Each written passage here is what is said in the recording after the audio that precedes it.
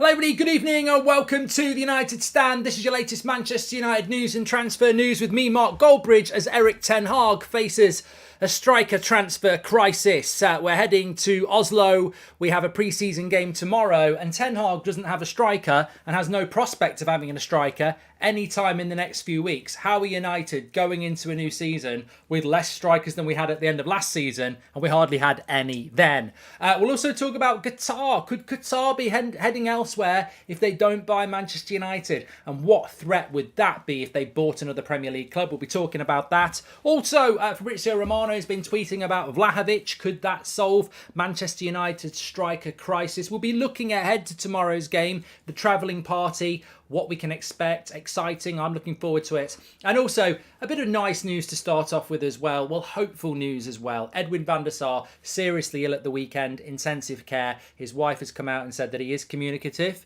It's not life-threatening. He's stable at the moment. That's a positive. We'll take that. Keep working, keep fighting, Edwin, and hopefully he'll be back to full health very soon. So a positive bit of news there, which is great. Before we get into everything, you can probably see I was very active yesterday and I'm very active today. I've got my Boohooman Active range on and you could be wearing it too. We're sponsored by Boohooman on the show tonight, which is going to mean a bit of trivia for you. But as always, Boohooman is the best place to get yourself some reasonably priced clothing items, whether it's down the gym, five-a-side, chilling in your house, or, you know, jumpers, coats, jackets, summer wear. Stock up on some Boohooman and you can get 40% off with the code Goldbridge at checkout. Very reasonably priced anyway, but 40% off with the code Goldbridge. Check them out, Boohooman. And as always, as you know, when we have a Boohooman promo, they've got a bit of trivia for you. So let's dive into that. So who am I? I was born on March the 12th, 1997 in Whitehaven, England. I joined the Manchester United Academy aged 14, having spent 6 years at Carlisle. I don't know this one myself. Since joining the club, I've only played 15 first-team games for United. I have spent 6 of the last 7 seasons out on loan. Last season I was on loan at Nottingham Forest, where I performed well before getting injured. Oh, it's my favourite player. There is currently heavy speculation about my future at Manchester United. And his name, of course, is Dean Henderson.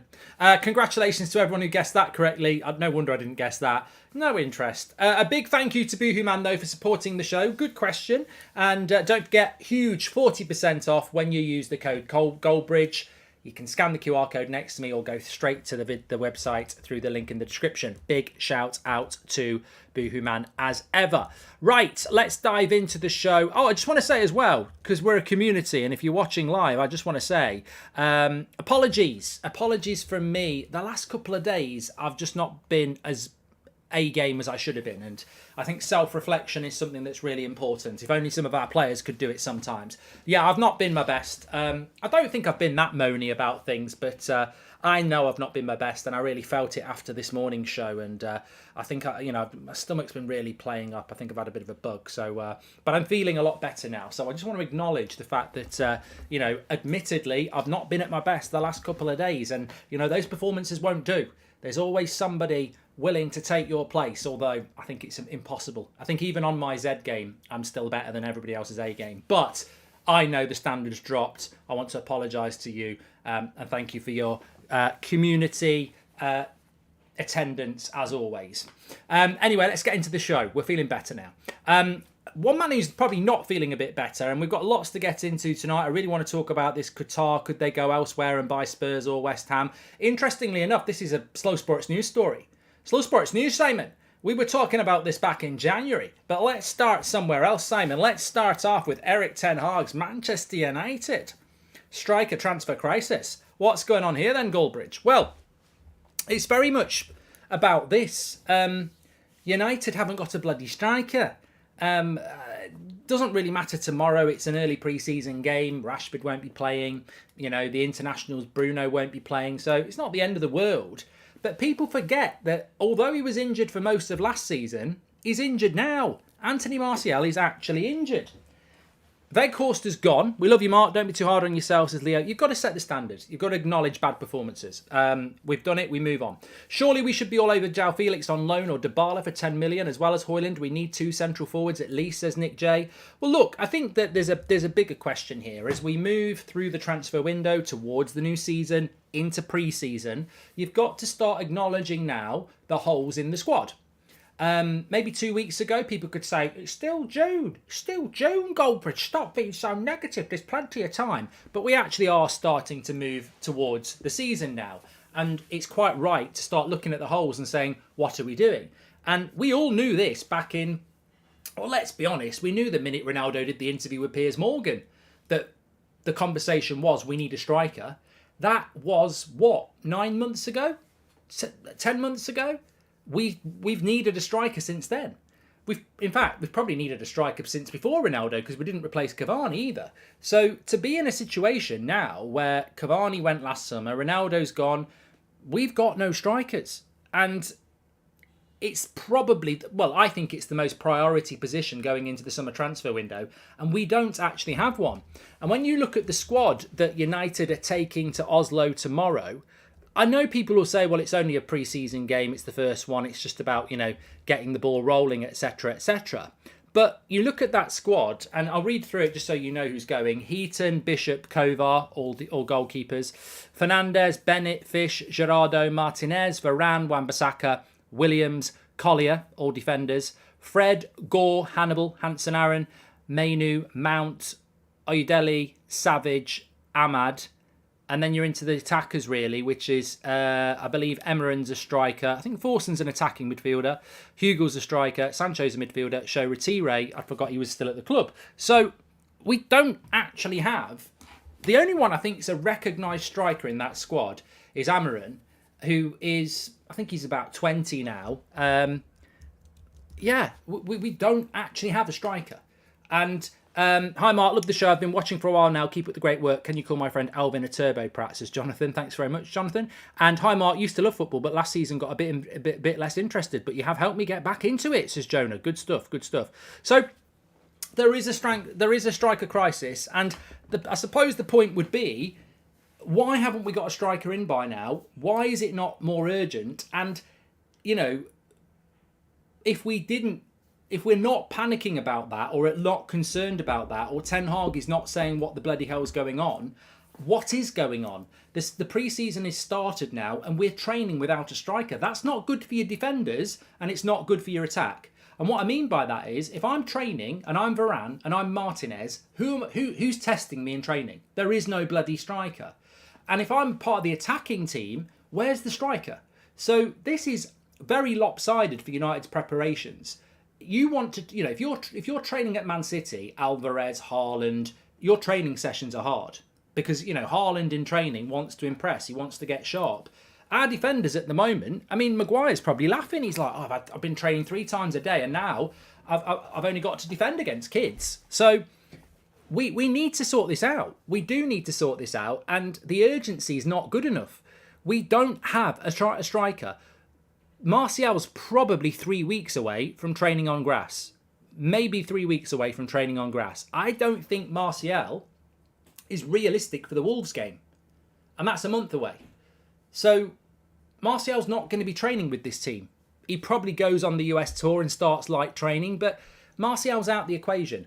Marcus Rashford's coming back. Yeah, Marcus Rashford is coming back. So we probably use Garnacho and Sancho on the wing and put Rashford down the middle, but I know Ten Hag is obsessed with Rashford as a striker. I'm a massive fan of Rashford, but I think he's better off the left. And even if Rashford's your striker, who's the other one?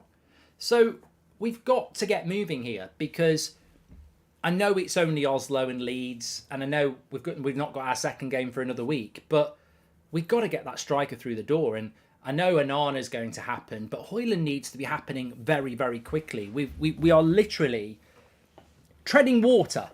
If we're going to just use kids and Rashford up front, then we're not really preparing for the season, are we? We're not preparing for the season until we get a striker in. That's when the real preparation starts. And I feel that United just need to get moving a little bit quicker on this, because it's not like it's not a glaringly obvious priority number one. And we seem to have just dropped the ball a little bit on it.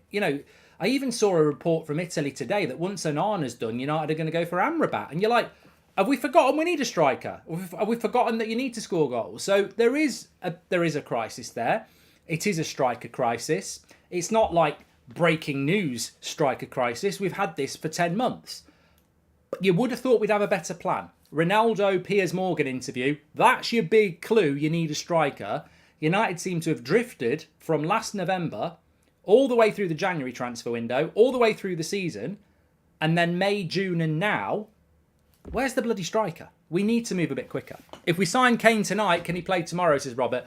Well, look, I'm not disputing the fact that Harry Kane probably was the plan for 9 of those 11 months it's been since Ronaldo went, or 10 months, or whatever it is. But we're not. But you can't just keep waiting on Kane, and we're not even in the race for Kane at the moment. So, look, I'm interested to see what some of you've got to say.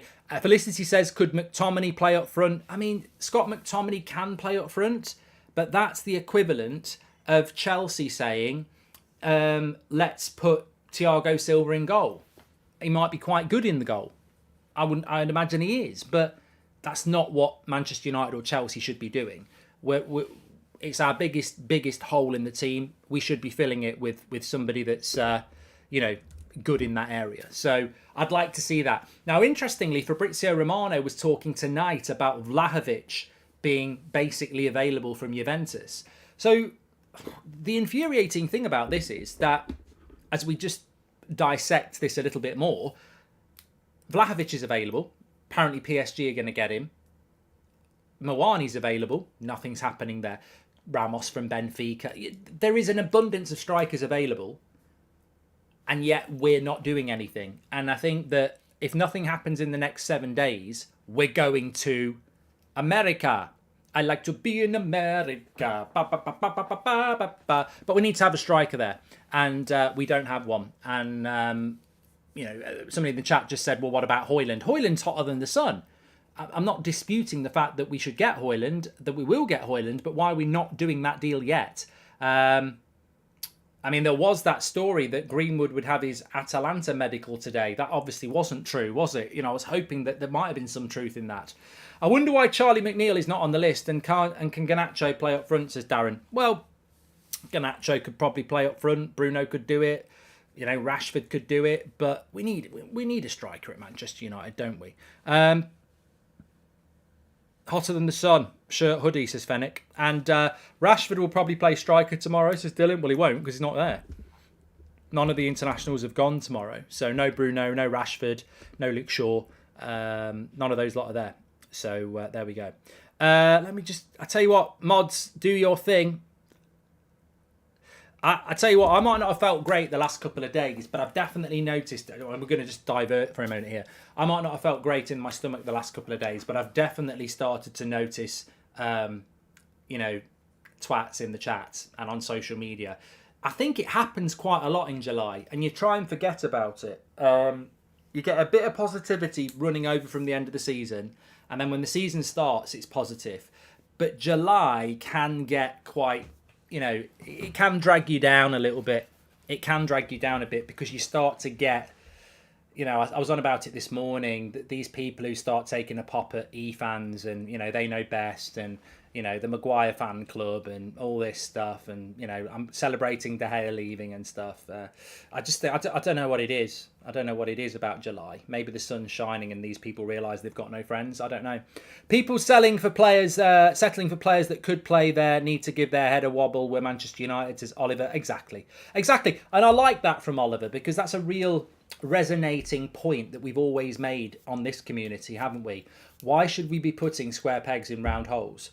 I don't like it when you, good people, start coming up with solutions like, well, could we play Garnacho up front?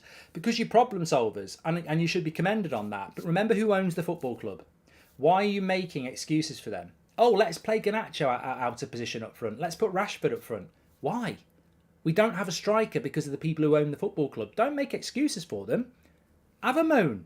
Why have we not got a striker? We're Manchester United... We finished third in the league. We're going into the Champions League, the Premier Club tournament. We want to try and do better than third. We want to go beyond 75 points. And the most important thing that's going to win you points, goals, we don't have a proven goal scorer who's an out-and-out striker. We don't have one. We don't. Marcus Rashford scores goals. He's not a proven out-and-out goal scorer. Anthony Martial's not a proven anything because he can't stay fit. We have no proven striker at Manchester United, and I'm surprised that's not more of a headline. It's almost forgotten in the fact that De Gea's gone and we're going to have a ball-playing goalkeeper. Martinez is back. Bruno's brilliant. Oh, I love Casemiro. And I like all these things, but it's being completely forgotten.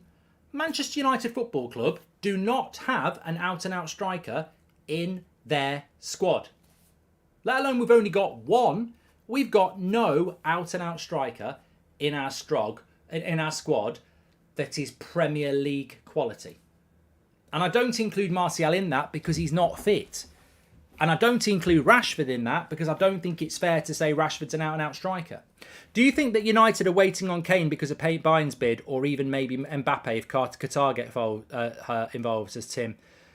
We're going to talk about Qatar in a moment, but the most interesting thing about the Qatar Mbappe thing, and I was thinking about this yesterday, why do people think we're going to get Mbappe if we get bought by Qatar? Do people not realise that Mbappe's conflict is with Qatar? Like, they're not happy with Mbappe because he's trying to force a move to Real Madrid for free.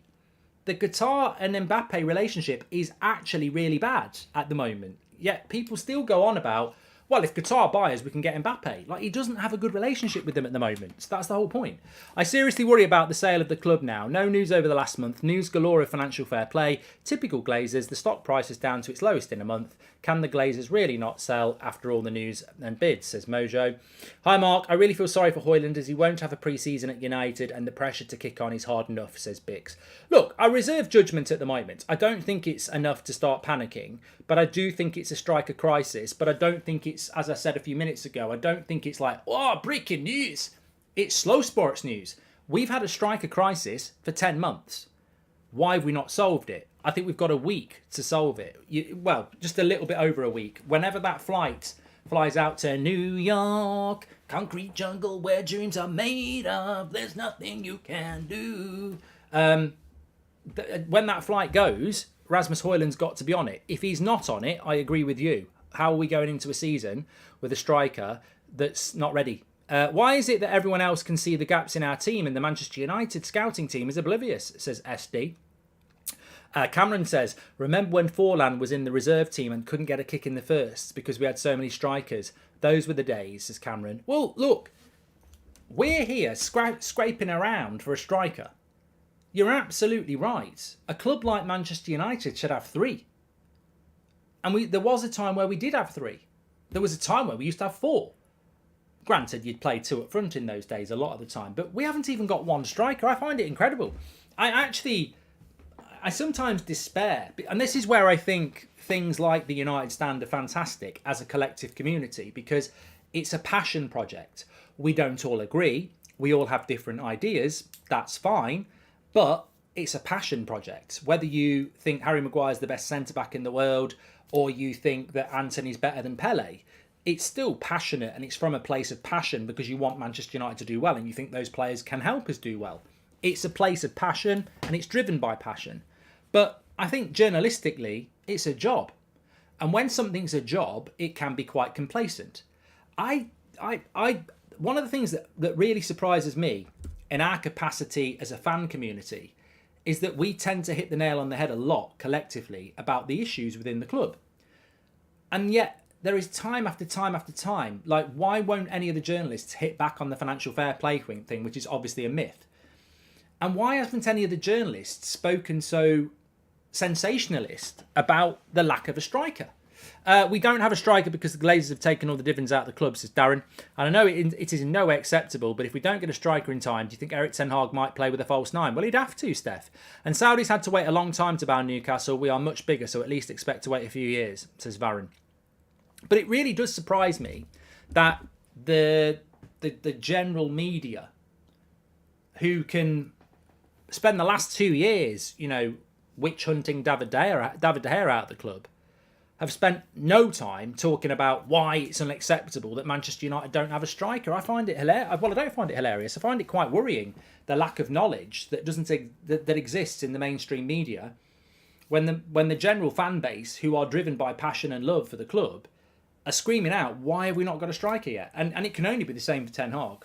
I suppose the devil in me thinks, could this all be a ruse for Mbappe to leave on a free next summer with United, then in for him with Jazim, says Damo.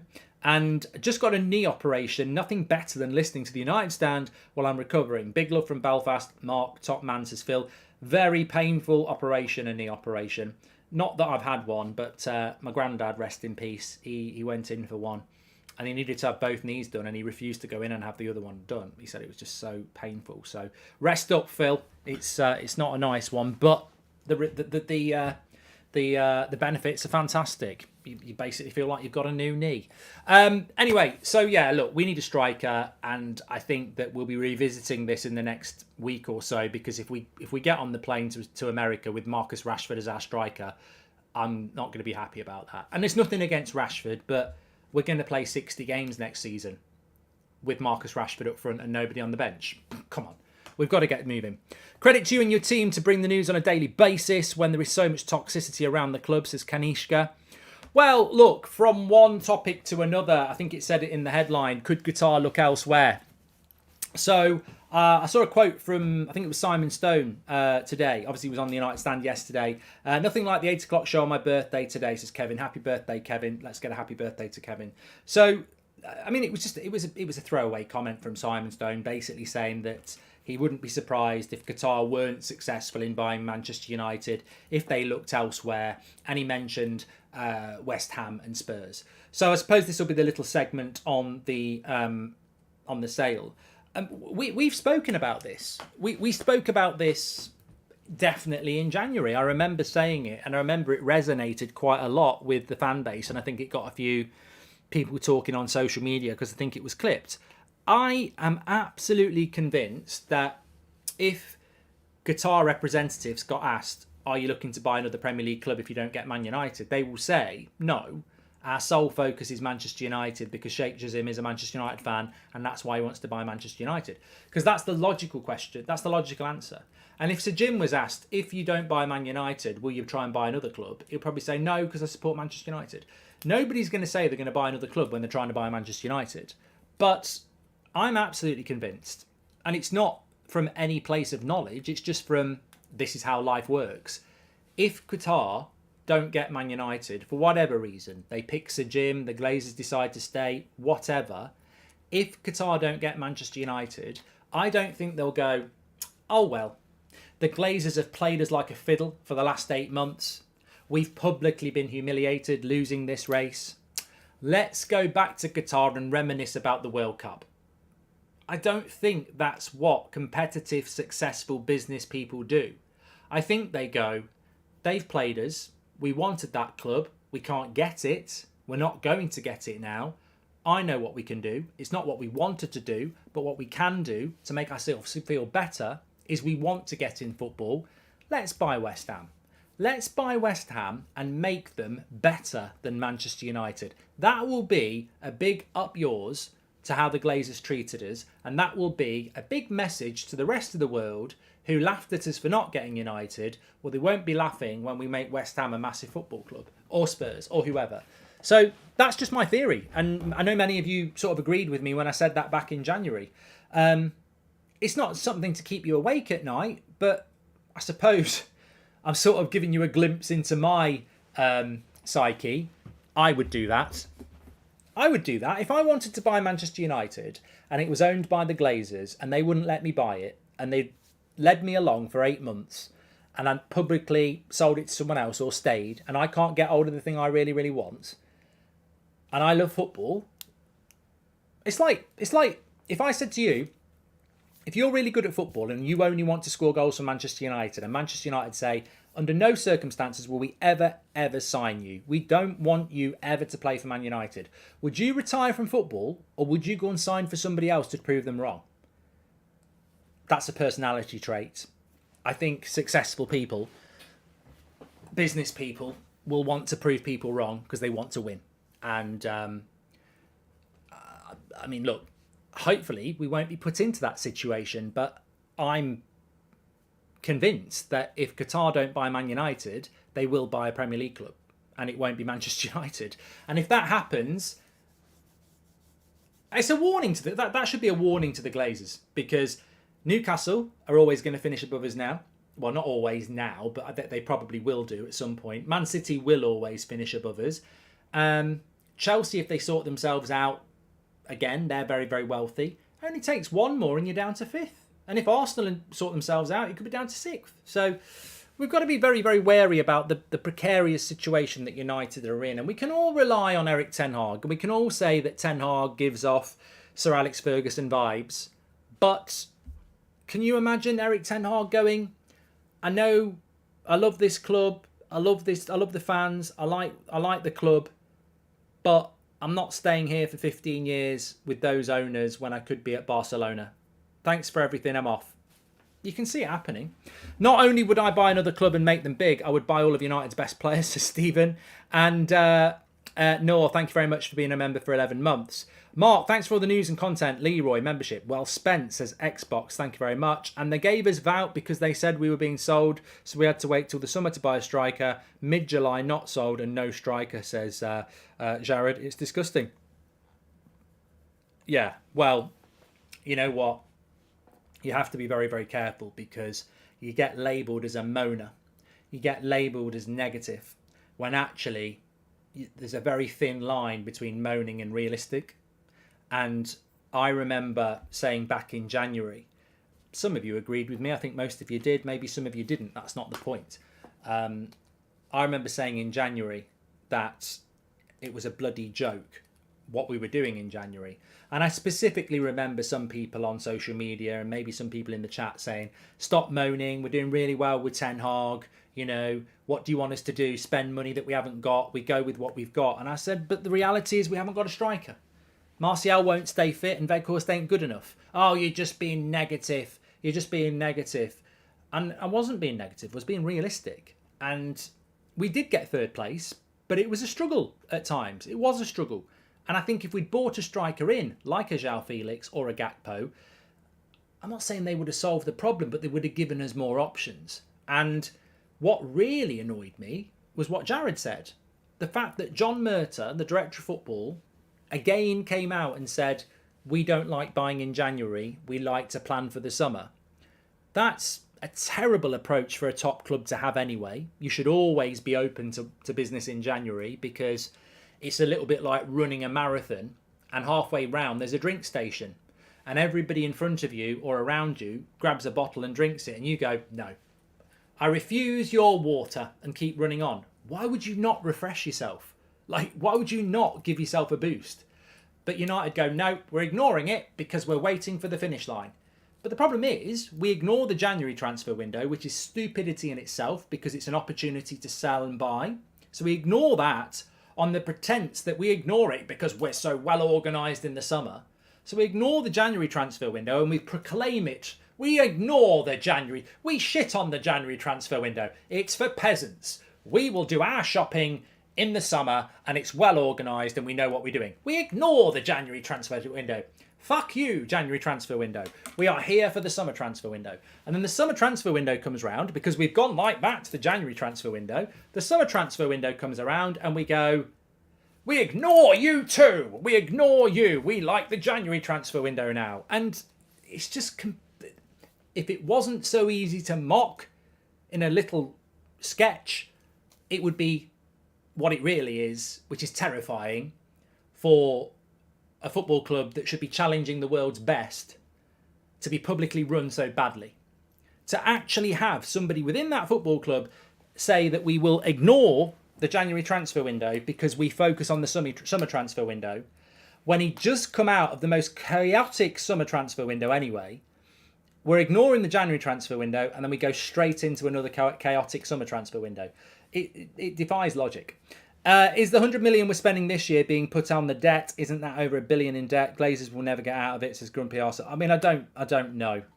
I don't know. I mean, I for one would love to vote for more transparency on United's accounting and where the money comes from and what the budget is. But I suppose if you do that, it opens it up to every other club that they can see what your transfer budget is.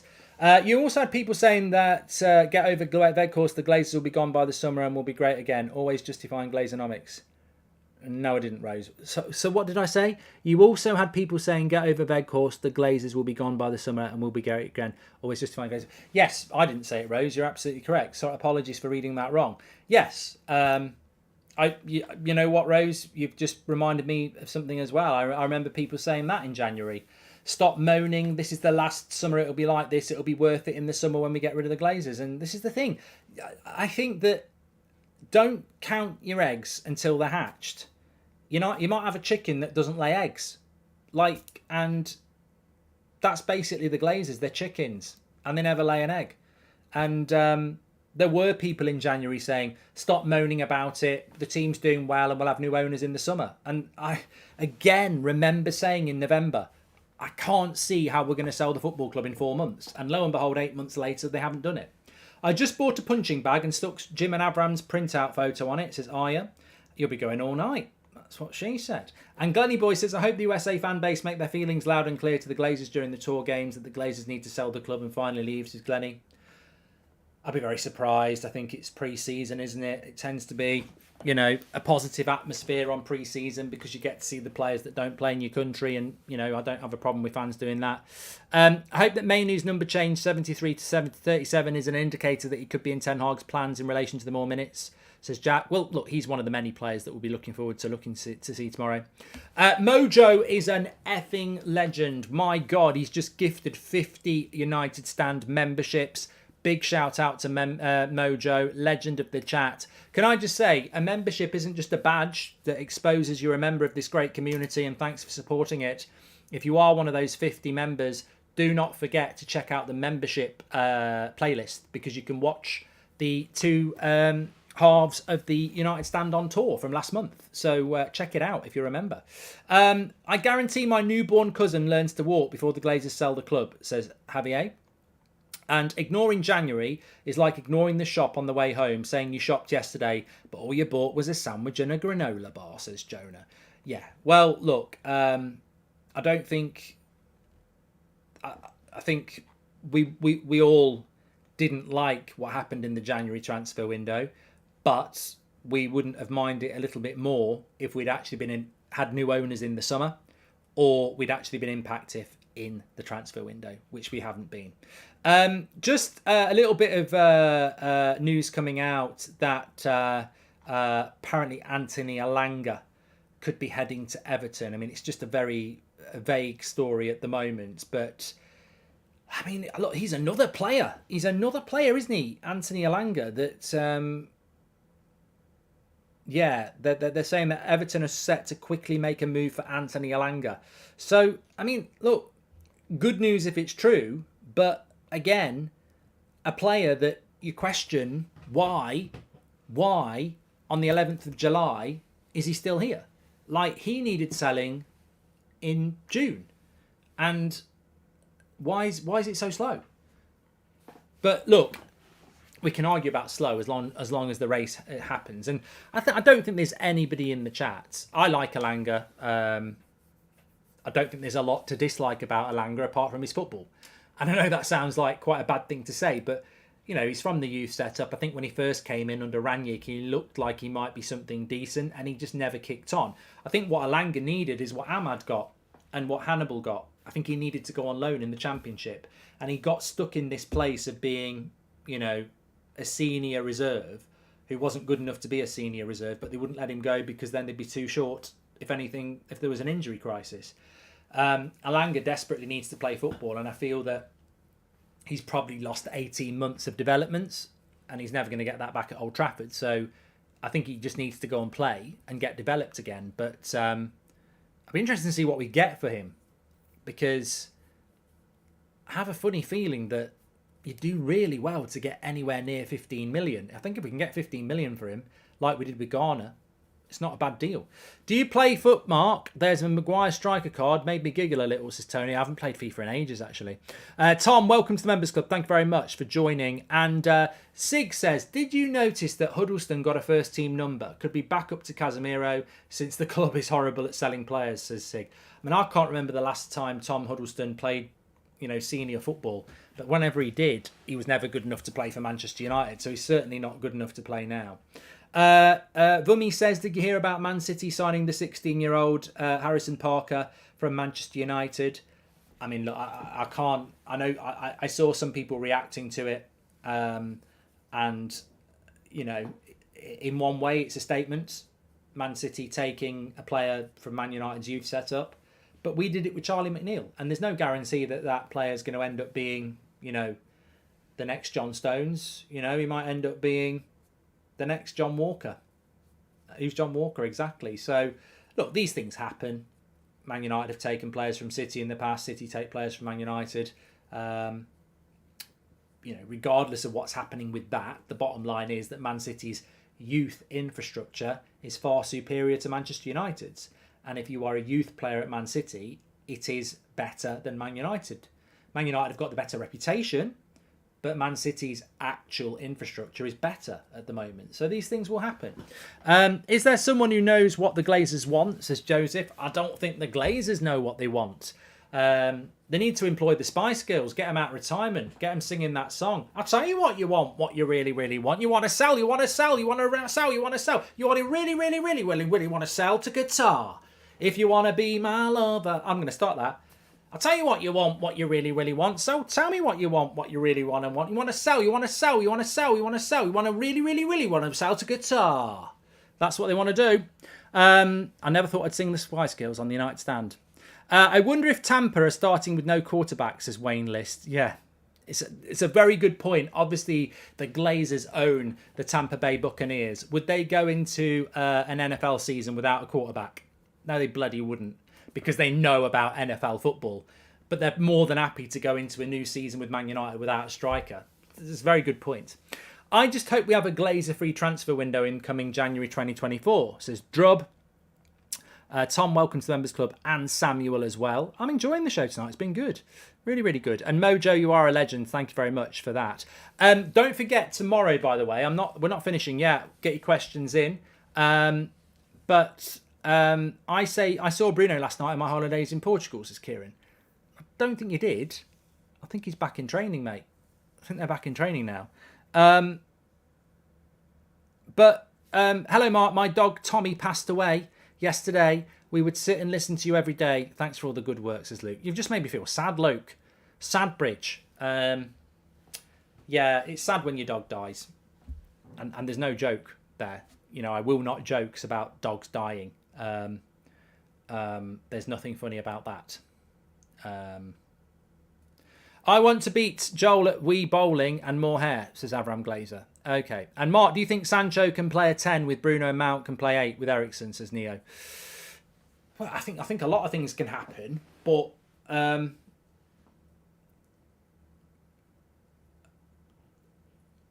what I think is anybody can look at that squad and say, well, he could play there, he could play there. I mean, if Casemiro broke his leg tomorrow, who's playing CDM at the start of the season? And that's not even like this. We don't have a striker. But if Casemiro breaks his leg, who's playing centre defensive midfielder? And people will start going, well, we could put McTominay there, we could get Martinez to do it, we could get Lindelof to do it. We're Manchester United. Why have we not got a player that can... Why have we not got 2 players that can play a role in each position? And it's the same with the striker. Well, we could put Bruno there as a false 9. Rashford could play there. We're Manchester United, and we haven't got a proven goal scorer. It's ridiculous. And, even if we do get Rasmus Højlund, which I'm sure we will, he's a young striker. He's not proven yet, is he? So, look, I don't know what this season's going to hold. I'm excited about it. I'm more excited than I was last year because I didn't know enough. I didn't know what Ten Hag was going to do in his first season. In his second season, I know what he's capable of. So I'm not going to say we're not going to finish in the top 4 because I think he can do that. But I would never say I think we can win the title, because I think that goals win you games. And where are the goals going to come from if you're going to have to rely on Rashford again? He was in Vale de Lubo in the Algarve, Mark, says Kieran. There you go. I thought Bruno was back in training. I would love João Felix, class player, but can't see United doing that deal. And any news on Amrabat or any other CDM for backup to Casemiro, says Dylan. Well, Amrabat's a player that I would just monitor that one. I think he's a very viable bit of business for Manchester United, but I wouldn't start, I think Onana's going to happen. Højlund's going to happen. Amrabat, I'm sort of like, I'd like it to happen, but I'm not going to start predicting it. City spend 100 million on fifth choice centre-back. United don't have a goalkeeper and a striker, says Danny. There's levels to this game, Danny. There are levels to this game. But yeah, just a reminder, tomorrow we are in Oslo. Beth's out there in Oslo. So we'll have some content for you in Oslo for you anyway. But it's a 4 p.m. I'm really excited about this. I'm actually really excited about this because the first two games they feel like cheat. And they're all like cheat codes, actually. I feel like we're going back to our roots. So I don't know how many of you were watching United Stand 6 years ago when we started, or 7 years ago. But we did the States. We've done the States twice before. And I remember there was one watch-along where we were doing a watch-along at like 4 o'clock in the morning. And it was me and Alex, if you remember Alex. We were going to do the watch-along together. And I set my alarm clock, woke up, rolled over and went back to sleep and didn't wake up till 7 o'clock in the morning. And I was like, the kickoff was at 4 o'clock. And I was like, oh my God, there'll have been people waiting for the watch-along. Anyway, lo and behold, Alex just did it all on his own. But that won't happen again. I've got 2 alarm clocks. But I am excited. I'm excited about the USA games, early hours of the morning. I'm looking forward to it. So many of you, on a regular, get up at 3-4 o'clock in the morning to watch Manchester United play when it's on in the afternoon for us. So, doing it a couple of times for the US tour, I'm really excited about. But tomorrow is a 4 o'clock kickoff in the UK, which feels like a cheat. Wednesday, 4 o'clock, Man United are playing. Next week, it's at 2 o'clock. So I'm excited. I mean, a lot of it's going to be about looking at the younger players. We will get to see a bit of Mason Mount tomorrow as well. And then gradually, as the tour goes on, hopefully some of the young players will shine, and we'll start to see Onana, Højlund as well. So, look, I think there's a lot to be excited about this this tour. And starting off with tomorrow, I'm really, obviously it'd be nice to see Mason Mount, but I'm really hoping some of the younger players grab their opportunity, because Leeds, I think, will be up for it tomorrow. They've been relegated. It's against Manchester United. The Championship starts a week earlier than the Premier League, so they will want to be in for it. I think it'll be an interesting game. I'm looking forward to it. Aston says, fantasy Premier League question, Mount or Bruno? I'd always go Bruno, Aston, but it depends. We don't really know how he's going to line up. No disrespect, but I wouldn't pay £10 for Pogba, says Alan. Well, we did that video this afternoon about... the one thing I couldn't do this afternoon because it wasn't live was just, would you take Pogba back? So I should have done that earlier. Would you take Pogba back, yes or no?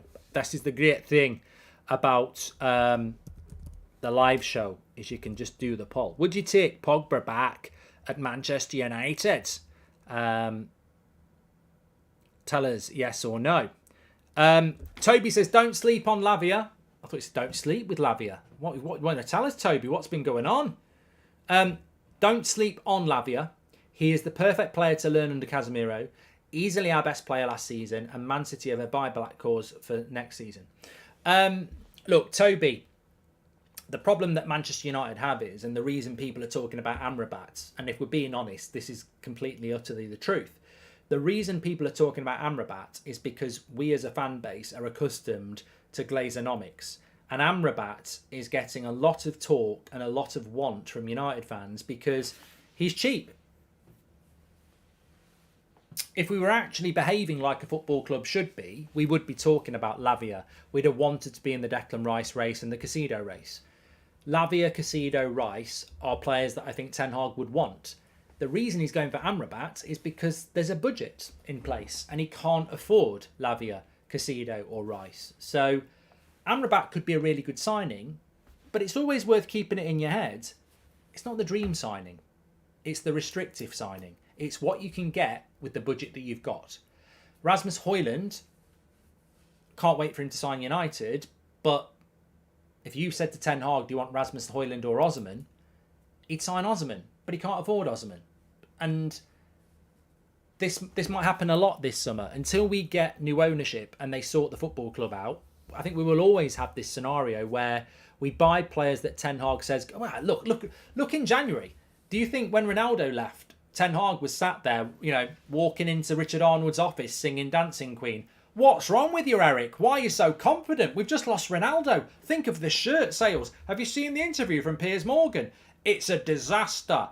And then Ten Hag comes in with his thing going, you can dance. Why are you so happy, Eric?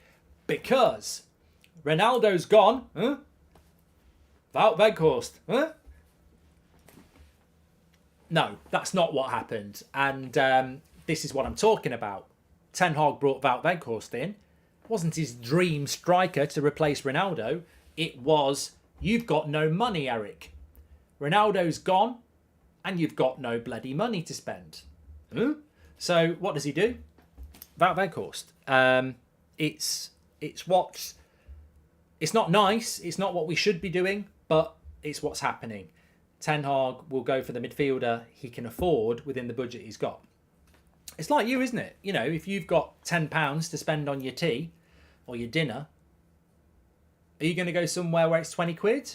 No, because you're not going to get anything. You're going to go somewhere where you can get your dinner for 10 quid. You might go somewhere that's cheap so you can get a lot more for your money. And that's basically what Ten Hag is having to do. He's having to shop very carefully within the strict and restricted parameters set in place by the Glazers. I'm in Mexico due to my work. For me, mostly all the Premier League matches are early mornings, says Drub. Respect. You know what? Again, it doesn't get respect. You don't get enough respect for it. I think it's. I think all Premier League fans who do this are fantastic, but obviously a special place for Manchester United fans. We're all a community, and I just don't think it gets respected enough. I think that we've got the best away fans in the league by a long way. They're absolutely incredible. And there's nothing quite like watching a game in person. It's an amazing thing. And everybody should try and do it, especially getting to Old Trafford, which is just, when you walk out and you see it, it's just amazing. And it never fails to take my breath away. But there's no special badge because you do it. What about all these people who get up, 60 times a season at 3 or 4 o'clock in the morning to watch Man United play and then go to work? Should they get a medal? No, nobody should get a bloody medal. It's called support, and everybody does it in their own way. But you can't argue. I just think that's incredible. And I'll tell you what, I'll be completely honest. If I'd been living in India or Australia or something like that through the Van Gaal era, I love Manchester United, but there's absolutely no way I would have been getting up at 3 o'clock in the morning to watch Van Gaal at the end. I just wouldn't have done it. Oh, we're at home to Crystal Palace in a meaningless game where he's going to play Fellaini in the midfield. Let me set my magic alarm that won't go off. Yeah. I guarantee I've done that one from Javier. Thank you very much. Don't do that. Madhouse, welcome to the Members Club. Thank you very much. You're a legend. Appreciate that. I live in Chile and the Premier League games are around 8 or 10 o'clock, says Fitrio. Who would you rather United sign, Kane or Osimhen, says Linda. It doesn't really matter now, Linda, because we will sign neither. It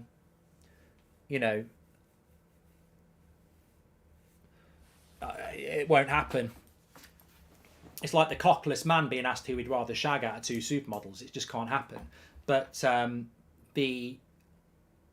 my answer was always Osimhen. But I can't... it's not going to happen. So... look, I'll please Robert McCormack tonight. Not in that way, you filth. I'd love Harry Kane at Manchester United. The great thing about choosing when there's a lot to choose from is we can all be smug and think it through and pontificate and go, I don't know. Do I want Victor Osimhen? He's a goal machine who's younger and can get better.